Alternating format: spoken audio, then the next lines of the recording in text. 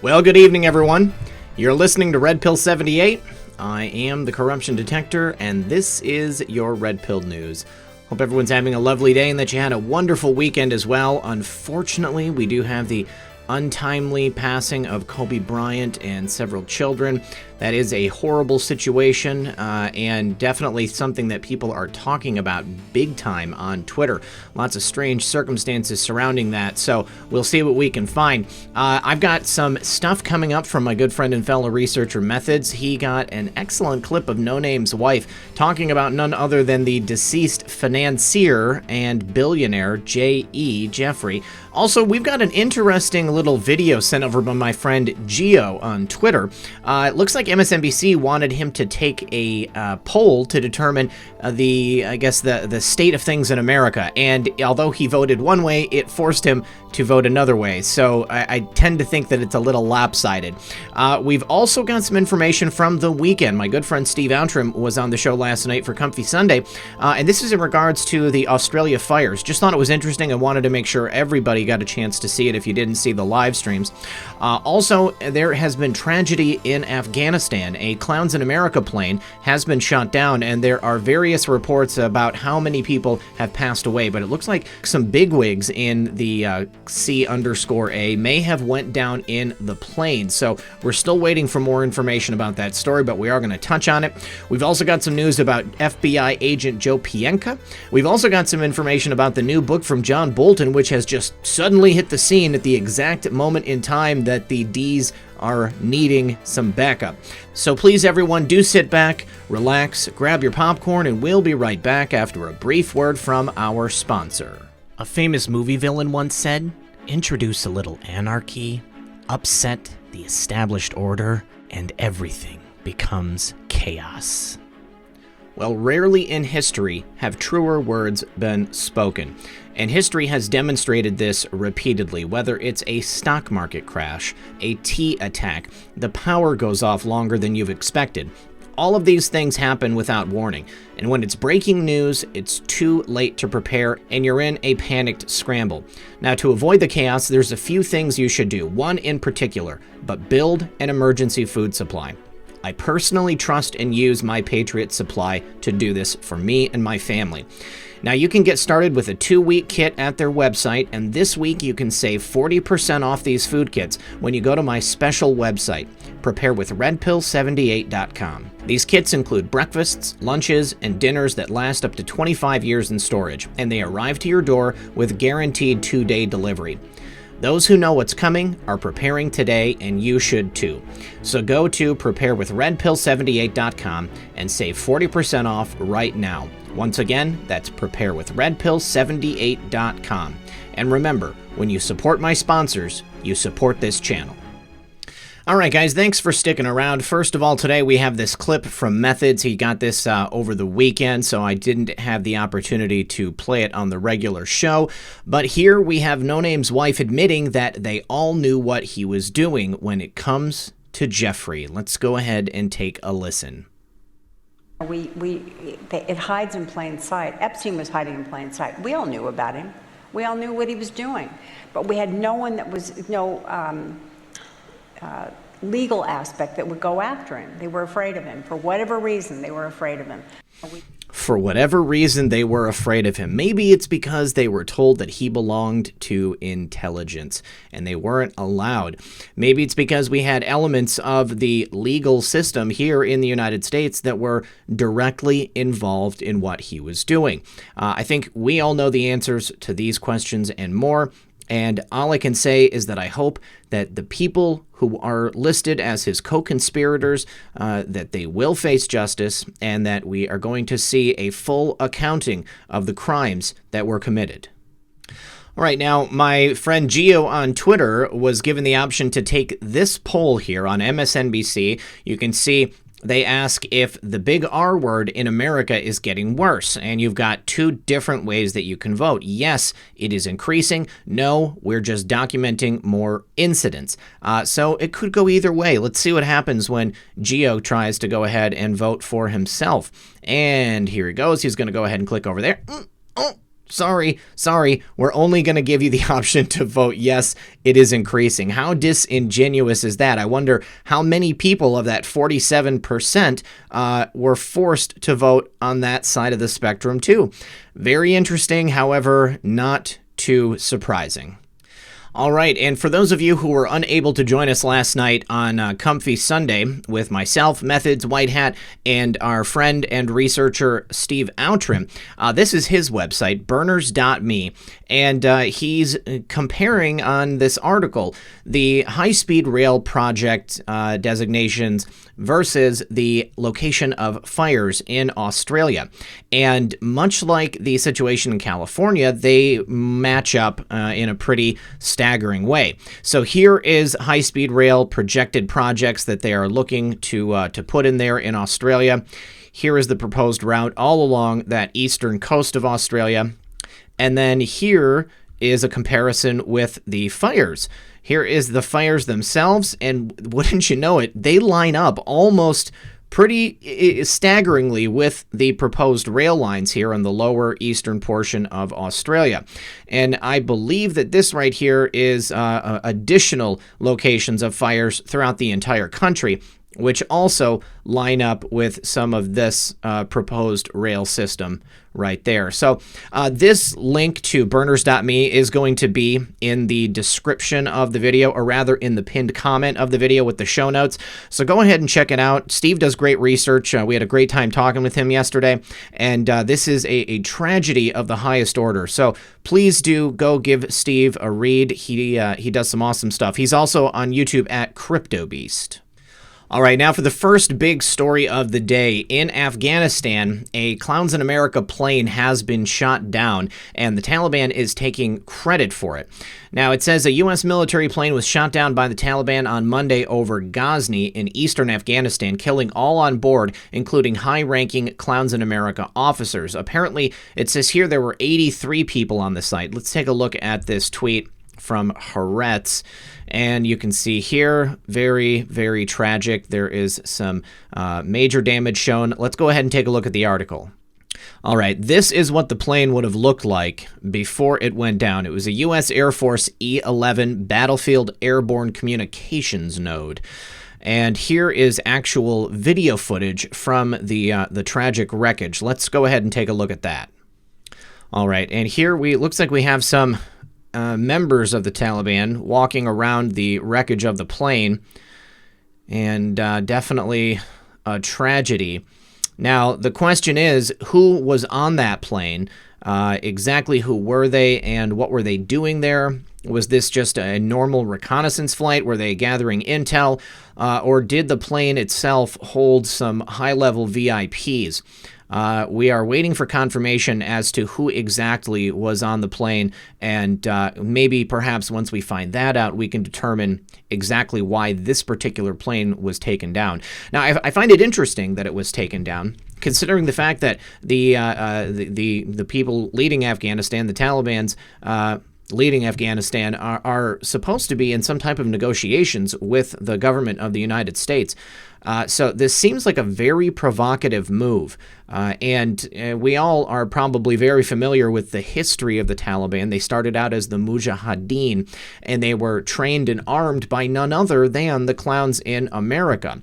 We also know that 7 out of 10 plane crashes are not due to equipment failures. They are targeted hits meant to take out a particular person.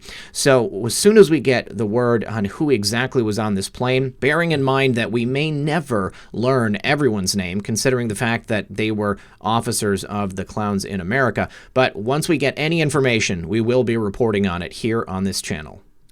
Now, as I stated, there was peace talks currently taking place in Afghanistan with these guys. Now, these had been restarted back in December. I believe it was like December 19th or something like that. That was after a 3-month kind of stalemate where President Trump abruptly ended that process that had been going on for about a year. And the idea was to find a political settlement with this insurgent group and just completely end the war in Afghanistan. Now, one would think that this is exactly what these guys would want to happen. They definitely want the U.S. to leave. But by taking down this plane, this Clowns in America plane, it kind of puts a monkey wrench into that. Makes you wonder, is this really the actual group that has been negotiating with the United States, or is this some offshoot faction, perhaps some people that are still associated with the people who would like for the wars to continue? Certainly that's not President Trump, and that is not us. So very strange to see this this downing of this plane in the midst of the peace talks which are currently ongoing. Now, the names of the victims in the Kobe Bryant helicopter crash have been released, and we have Kobe and his daughter. We also have several people who were involved in what I believe was a basketball training camp. Looks like some parents, another young girl. But the most curious thing is that they don't identify the pilot. Why do they not identify the pilot? We have identified all of these private individuals. It seems strange that this person would not be shown. I don't understand the reason behind that. I remember many crashes from the past, and it seems like the pilot is almost universally identified. So I don't know if they're trying to perhaps save his family the grief and heartache of, maybe getting trolled by people on the internet, people who are angry about the death of Kobe Bryant, or maybe angry about the death of all of these other poor people who were on the helicopter with him. But it does seem very strange to me that they're not identifying the pilot. What do you guys think about that? Next up, we have a tweet from Methods. He says, funny how John Bolton's new book has a direct connection to Pearson, which is the same company that our favorite Anon pointed to back in December. Now, here we have an image of the new incoming book from John Bolton, The Room Where It Happened, a White House memoir. It is available for pre-order right now, but you can't actually get it just yet. Now, Pearson was acquired by Macmillan back in 1998 following its purchase of Simon & Schuster. Now, they are the same group that was directly connected to the former president and his wife. Now, first on post 3754, we have the post about the corrupt book deal with Pearson Publishing. Remember, many millions of dollars given for books that basically nobody's going to read. They're going to end up in the bargain bookshelf. So it looks like the deals done in this way are an excellent manner to do payoffs. So people are given these multi-million-dollar book deals, and then they can put out all kinds of slanderous information, clearly that has no basis in fact, just designed to defame people like the president. And it says U.S. taxpayer, federal government to Hussein, and then to Pearson Publishing back to Hussein. Biden, follow the money, corruption. Clearly, these book deals are designed as a means to do a payoff. This is an absolutely corrupt deal. Essentially, what happens is the U.S. taxpayer and the federal money sends this money over to these large corporations, and in return for the business that they get, then they end up giving book deals which are resulting in hundreds of millions of dollars to these people, these elected officials who, once they leave office, they've got to be able to make money somehow. Well, they help these companies out, and then they end up paying the people back once they leave office. And then we're asked if we believe in coincidences, because right after that, the Pearson Publishing CEO was set to retire. Now, remember, Pearson Publishing is also the publishing house that designed the Common Core curriculum. So the federal government paid Pearson millions and millions of dollars to develop a curriculum which was absolute garbage. And then the Bidens and the Obamas turned around and made hundreds of millions of dollars off of these book deals. And now we can count John Bolton among the people in that club. Now, I just want to say, in that post, it said that that family received $40 million, but here the American Thinker is reporting that it was something closer to $65 million. Any way you slice it, that is a big price the American public is paying. And just think how much larger the national debt has ballooned because of deals like this taking place over the last several decades. It's enough to make you angry. Now, the name Joe Pientka will be very familiar to viewers of this channel.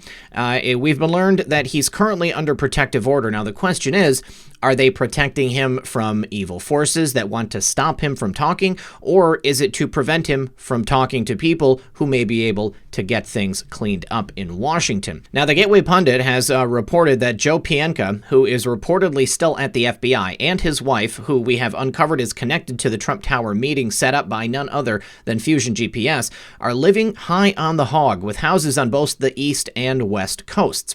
Joe was involved with everything corrupt involving the Russia collusion hoax, and his wife is an attorney for a company involved with Fusion GPS. Now, the FBI is hiding them to this day, so why is that happening?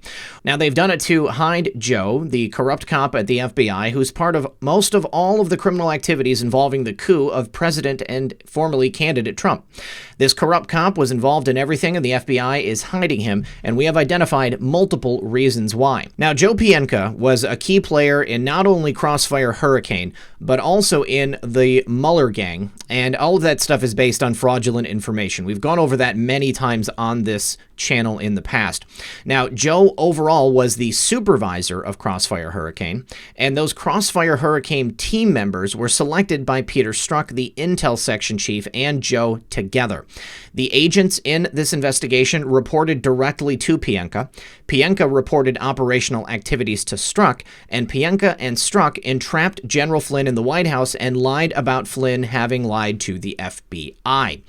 Pienka was a member of the Crossfire Hurricane gang that was running the sham Trump-Russia collusion investigation, and we've seen him in charts of the Crossfire Hurricane gang in 2016. This should look familiar to anyone who's seen the posts or seen this channel.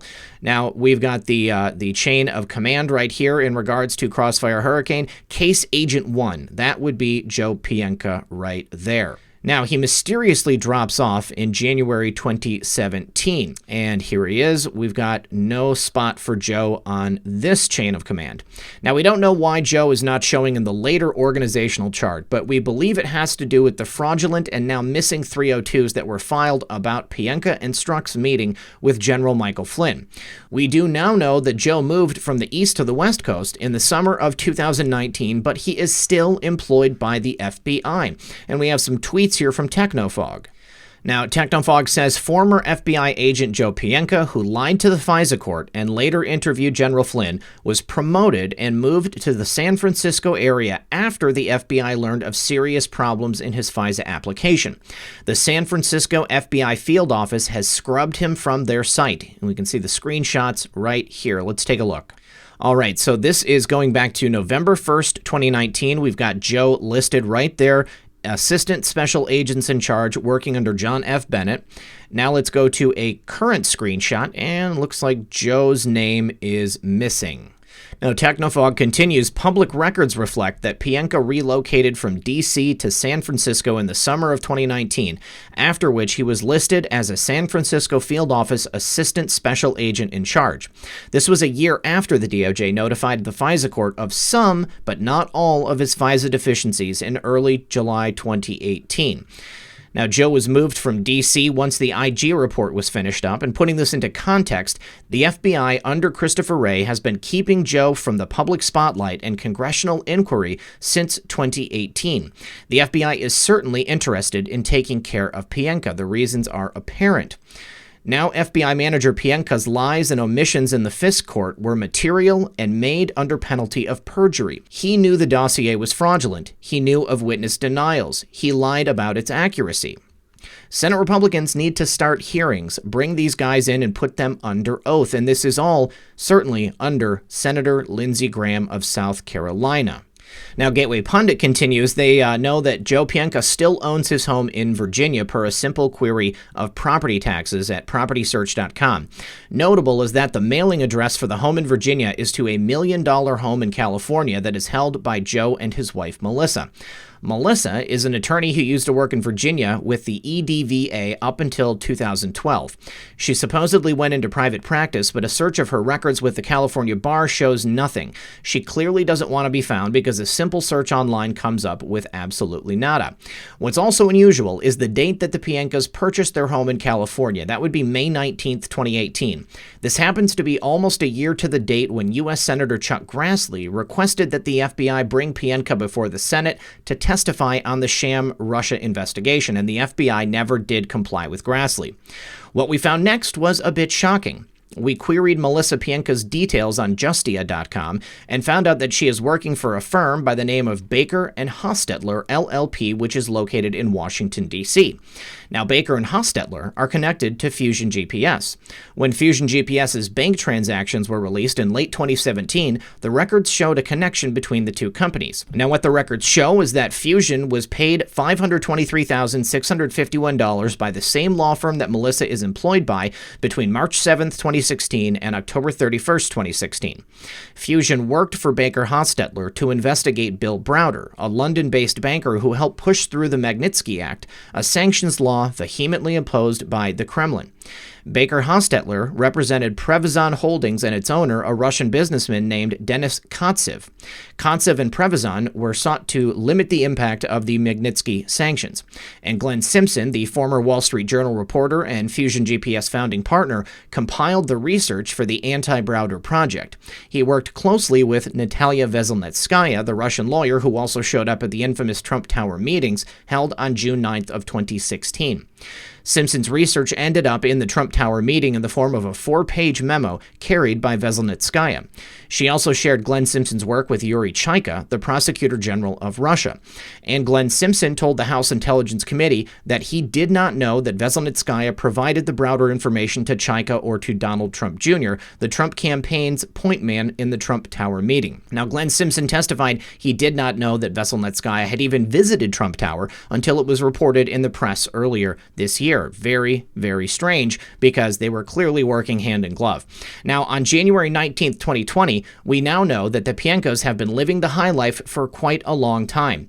Joe and his wife Melissa have been living way above their means for several years. They own 2 homes. They also own multiple luxury cars, including a Lexus, a Porsche Cayenne, and a 911. One Porsche was not enough. We also now know that the Pienkas' role in the Russia collusion scam may have been a lot bigger than we first thought.